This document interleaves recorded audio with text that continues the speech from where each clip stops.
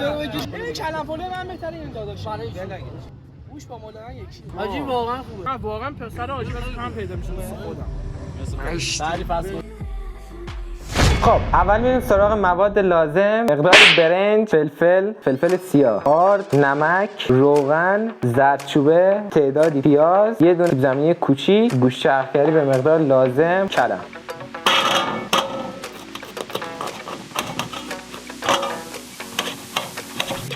بچه‌ها اگه میبینید خرد نشده، ریز نشده، همینجوری میاد میزنید و قشنگ کامل ریزش میکنید. داخل کلم پلو شیرازی اینجور چیزا باید کلا کلماش ریز باشه. مواد لازم هم چیزی که یادم رفت، سبزی کلم پلو، اونم براتون میاریم. اصل کارشمونه. قبل از اینکه بخوایم اون کلمامون رو اضافه کنیم، باید 2 عدد پیاز رو ریشش کنیم یا نگینی به دلخواه خودتون میتونید بریزید و بعد کلمامون رو اضافه میکنیم و زردچوبه، نمک و مواد لازم مثل فلفل اینا رو بهش اضافه میکنیم.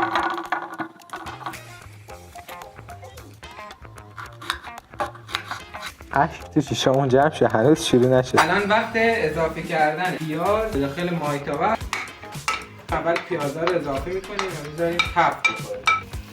قبل اینکه بخواید اونها رو درست کنید باید از قبل برنج گذاشته باشید خیس بخوره، به همین راحتی. این 3 تا ادویه فلفل سیاه، زردچوبه و نمک رو اضافه میکنیم به پیازمون که اینجا داریم میپزه. از هر کدوم به مقدار کافی یک قاشق تقریبا بزنیم. وقتی ریختیم اینا رو دیگه هم میزنیم. بعد اینکه اینجا رو هم زدیم سر رسید وقت اضافه کردن کلم‌ها. کلم‌ها رو اضافه کردیم، همش رو دیگه هم میزنیم.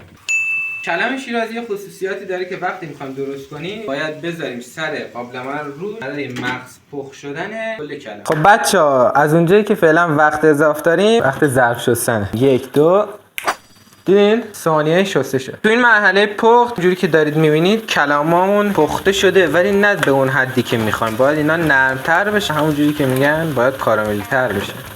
الان 3 عدد پیاز و 2 عدد سیب زمینی رو اینجا رنده کنید. سبزی کلم پلو شیرازی تقریبا یک کاسه کوچیکو میاد و تا نصفه همین بیشتر خوبه و اضافه میکنید به کلم هاتون. همش اضافه میکنید و حالا هم میزنید. توی این مرحله سیب زمینی ها و پیاز هایی که رنده کردیم و میخوایم آبشون رو بگیریم. میاریم و فشارشون میدیم و به این راحتی کل آبشون رو میگیریم. به مقدار لازم ترخون، زردچوبه، آرد، نمک، فلفل رو اضافه میکنیم. اینا رو کلا با هم دیگه هم میزنیم. همشو خالی میکنیم. و حالا زمان اضافه کردن گوشتمون. بچه‌ها به این مرحله که میبینید رسید، دیگه وقتش رسیده که اینا رو قلقلی و ریز کوچیک کوچیک کنیم به دیار باقی پخت ببریمش. بزنید. اولین کاری که برای پخت برنج میکنیم اینه که یه قابلمه آبو میذاریم جوش بیاد و از قبل باید برنجامون رو خیس کرده باشیم. به مقدار کافی نمک وقتی آبمون جوش اومد وارد آب میکنیم و حالا سر وقت اینه که برنجا رو بهش اضافه کنیم. برنجامون رو راحت اضافه میکنیم. تو این حین که داریم برنجا و اینا رو هم میزنیم، خستگیمون هم بخوایم در بره، باید چیکار کنیم؟ باید یه چایی بذاریم دم میاد. جوری نمیشه. اینجا یه چای دم کنید. 1 لیوان و نصفه چای میزنید. خب یه لیوان و نصفه، یه قاشق و نصفه چای میزنید. آب رو بهش اضافه میکنید. الان میخوایم بریم سر وقت قلقلی کردن کوفته هامون. اینجوری نگاه یه ریزه کمی رو ور میدارید، کف دستتون میمالونینش همینجوری پرش میدی و یک دایره در میاد. میریم که اینجا رو کامل کنیم، ولی اینجا رو میخوام براتون با یه دست کامل کنم. خب بچه‌ها دیگه کمکم رسید.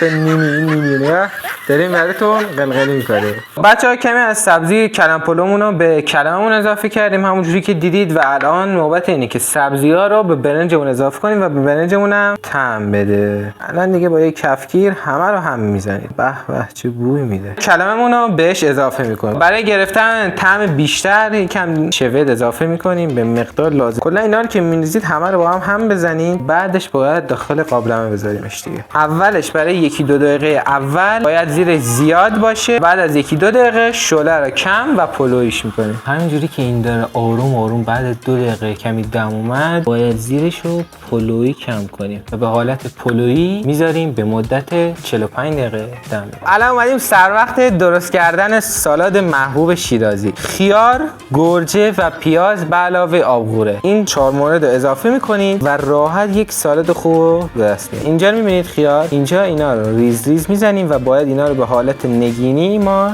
در بیاریم.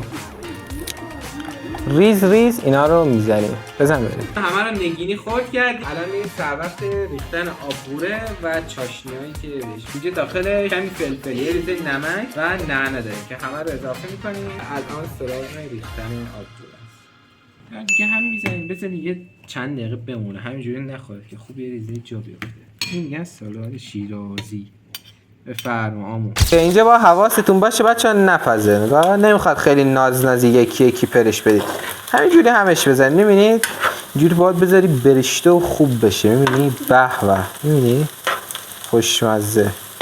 خب بچه‌ها غذامون هم دیگه آماده شد. همینجوری که میبینید اینجا کوفته هامون داریم که همش آماده است و اینم برنجمون. این کوفته قلقلیایی که دارید رو داخل برنجتون بریزید و همش رو با هم قاطی کنید. کل غذا کلم پلو و سالاد شیرازی اونم آماده شد و واقعا اینجا دیگه بشکن طلایی. بشکن بذارم اینجا پر میشه. نگاه. خب بچه بریم الان برای تست کلم پلویی که درست کردیم با سالاد بریزیم روش ببینیم چه مزه‌ای شده.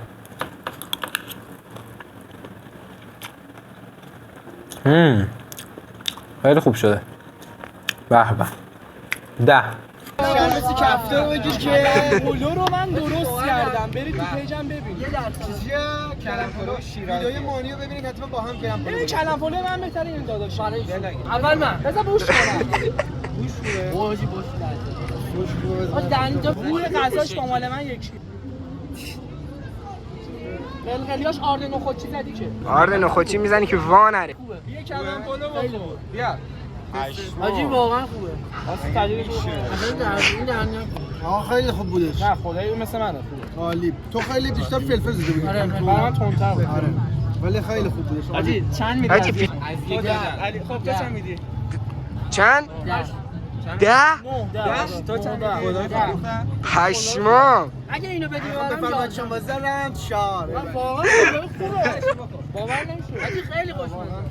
ناموسن خیلی خوشمزه. نه واقعا پسر آشپز کم پیدا میشه مثل خودم. تعریف از خود نباشه. پسر پینترستی. قوی بود. خدای قوی بود. خوب نخوردی. دفعه بعدی که اومدم شیراز یه ولاگ آشپزی با ابوالاسیر زندگی حتما دختر بریم ابوالاسیر زعفران بشینم. همین میگم عالی بود.